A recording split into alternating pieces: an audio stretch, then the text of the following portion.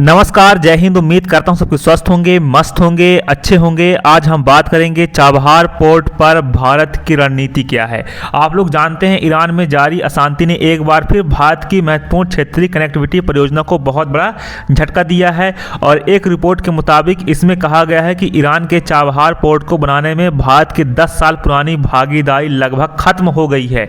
साथ में भारत के लिए ईरान का चाबहार बंदरगाह एक महत्वाकांक्षी परियोजना है। वहीं अब चाबहार पोर्ट पर भारतीय विदेश मंत्रालय ने एक बहुत बड़ा बयान जारी किया है।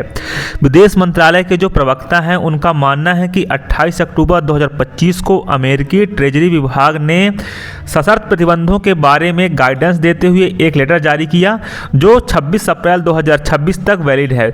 हम इस व्यवस्था पर काम करने के लिए अमेरिकी पक्ष के साथ बातचीत कर रहे हैं। और साथ में जो ट्रंप ने 12 जनवरी को कहा था कि ईरान के साथ कारोबार करने वाले किसी भी देश को अमेरिका के साथ किए जा रहे किसी भी सभी बिजनेस पर 25% का टैरिफ का सामना करना पड़ेगा।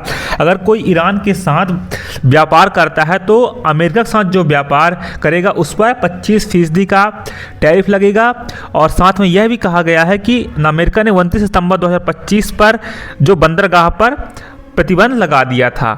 जो चाबहार पोर्ट है भारत की मध्य एशिया तक पहुंचने की उसकी लाइफलाइन का सवाल है जिसे लंबे समय के मेहनत के बाद तैयार किया गया।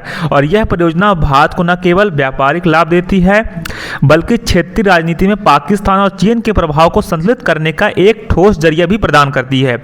और इस पोर्ट को भारत ने करीब 4200 करोड़ रुपया खर्च कर बनाया है। और साथ में आप लोग ये भी जानते हैं ईरान की इस स्थिति पर विदेश मंत्रालय के प्रवक्ता ने कहा है कि हमारे लगभग 9000 नागरिक अभी ईरान में रह रहे हैं। इनमें से ज़्यादातर छात्र हैं। वहाँ हाल के घटनाक्रमों को देखते हुए हमने 2-3 एडवाइजरी जारी की है और इन एडवाइजरी में हमें भारत में अपने नागरिकों को सलाह दी है कि इस समय ईरान की यात्रा ना करें। और हमने ईरान में रहने वाले भारतीय नागरिकों को सलाह दी है कि वे जो भी साधन उपलब्ध हों उनसे देश छोड़ दें। और हम वहाँ की स्थिति पर कड़ी नज़र बनाए रखे हैं और जहाँ तक हमारे नागरिकों की बात है हम उनकी भलाई के लिए जो भी ज़रूरी होगा वह करने के लिए प्रतिबद्ध हैं। क्योंकि आप लोग जानते हैं भारत के लिए जो चाबहार पोर्ट कितना अहम है। ईरान का चाबहार पोर्ट भारत के लिए बेहद अहम ट्रेड है। 2016 से भारत ने यहाँ पर निवेश किया और इस पोर्ट को विकसित करने के लिए इतने पैसे लगे। और साथ में भारत पोर्ट्स ग्लोबल लिमिटेड के पास चाबहार के शाही टर्मिनल का संचालन है। साथ में इसकी जियो लोकेशन कितनी फ़ायदेमंद है आप लोग जानते हैं। चाबहार पोर्ट से भारत को पाकिस्तान से बाईपास कर अफगानिस्तान और सेंट्रल एशिया और गणराज्यों में पहुंच मिलती है। भारत को चाबहार पोर्ट से north south corridor transport corridor के जरिए कनेक्टिविटी भी मिलती है। साथ में हाल में भारत ने उज्बेकिस्तान से चाबहार से ट्रेड वार्ता की थी। और 2018 में ट्रंप ने ईरान पर प्रतिबंधों घोषणा के बाद भारत को इस पोर्ट का विकसित करने की कोई रोक टोक नहीं की थी।